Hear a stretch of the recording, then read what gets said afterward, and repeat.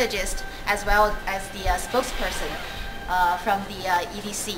They flew in this morning, got up at 5 o'clock and flew in from Ottawa to here. 4:30, even earlier.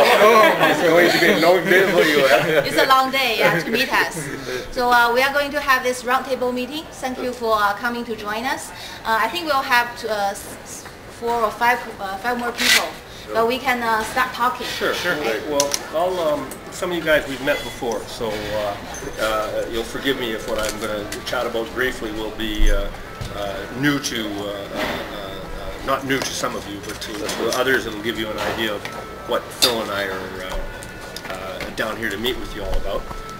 As Catherine said, I'm the Director of Public Affairs at Export Development Canada, which is a Crown corporation that is semi-autonomous from the government. We operate from the federal government at arm's length, but we're basically a trade-driven organization that provides banking and insurance support to Canadian companies that export abroad, whether it's in China or Europe or the Americas. This is our fundamental role, and we can only support, with some small exceptions to do with some federal powers that were temporarily provided to us, but we can really only support companies that are doing business outside of Canada, right? And they have to be Canadian companies. So one of the things that we've been doing and are interested in doing is just broadening our scope. Not only Phil and I do not do business deals, Phil and I do not do insurance deals. What we do is we try to provide the Canadian public and entrepreneurs with information about what it is that EDC does.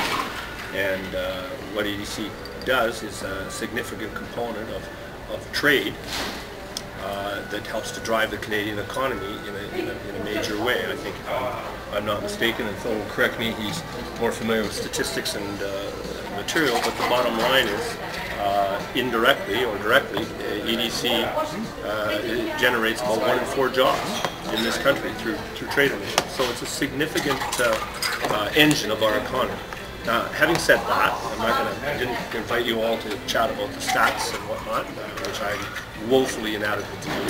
But what I did want to do is to open up the opportunity for you, for all of you, just to have kind of an informal discussion now, just a conversation about some of the areas and missions or offices we have not only in Canada but abroad.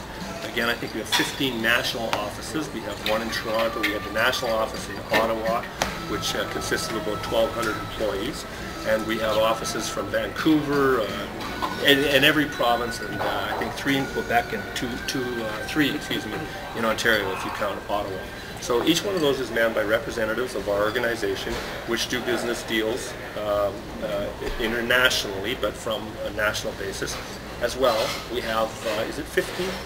No? 16. 16 international representations all around the world, Mumbai, in Lima, Peru, in Shanghai, etc.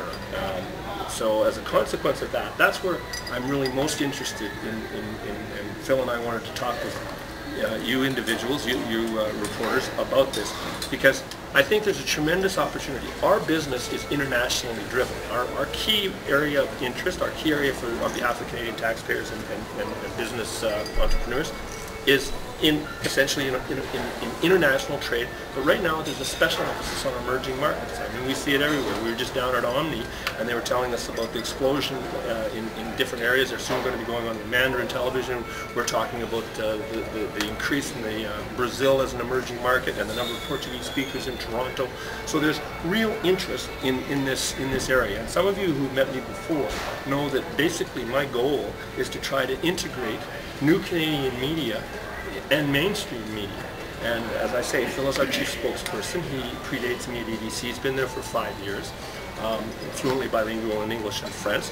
But we want to be able to have the same access, and we want to provide you with the same information into your areas of expertise and into your communities. I was saying to Catherine and some others, that at EDC alone, because we're an international corporation, we basically have about 64 languages spoken at our head office in Ottawa. So we can accommodate, you know, if indigenous speaking initiatives in virtually every language.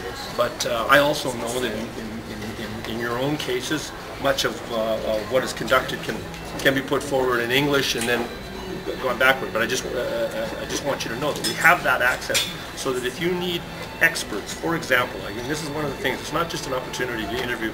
Well, I don't really do interviews, but to meet and interview with Phil. But what we have is all of the people that work with us are experts. Okay, so they are experts in business, they're experts in trade, they're experts in different areas around the world of trade relations. And for example, if you're working on a story that relates to a deal in Shanghai with a Canadian company that we have, and something is transpiring, and you want to know, well, what does this mean? What is our trade relationship with China? Where are we? I remember the last time we met, I introduced some of you to Eric Siegel, our president. People were interested in the situation in Taiwan. Where is that going to go? And we can give you facts and figures. We can't give you political philosophies or anything of that sort, but what we can do is provide you expertise on our business relationships. So that's one of the services I want all of you to consider when you're doing your stories. I want that's important for me, and it's important to Phil, and it's important to our organization, because you have a powerful position as reporters, and you represent broad areas of your communities that may not be apprised, that may not know precisely what EDC does. And what we do, I think, is of interest, not just from a business perspective, but there are broader issues that can be used in terms of how we have a chief economist, Peter Hall, who's quite prominent. Peter regularly puts out trade forecasts and analysis, which are carried in the national media and are internationally recognized. He travels around the world. In fact, he's going to China. He's in China now. We're looking at being able to have your level of interest in him and others through Phil can be accessed. So if you want to he's in China now, he's coming back. Phil and Catherine can arrange for you to have, for example, an interview of him and with him upon his return.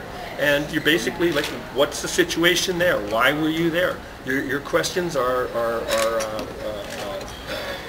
your responsibility to ask, and it's our responsibility to provide you answers.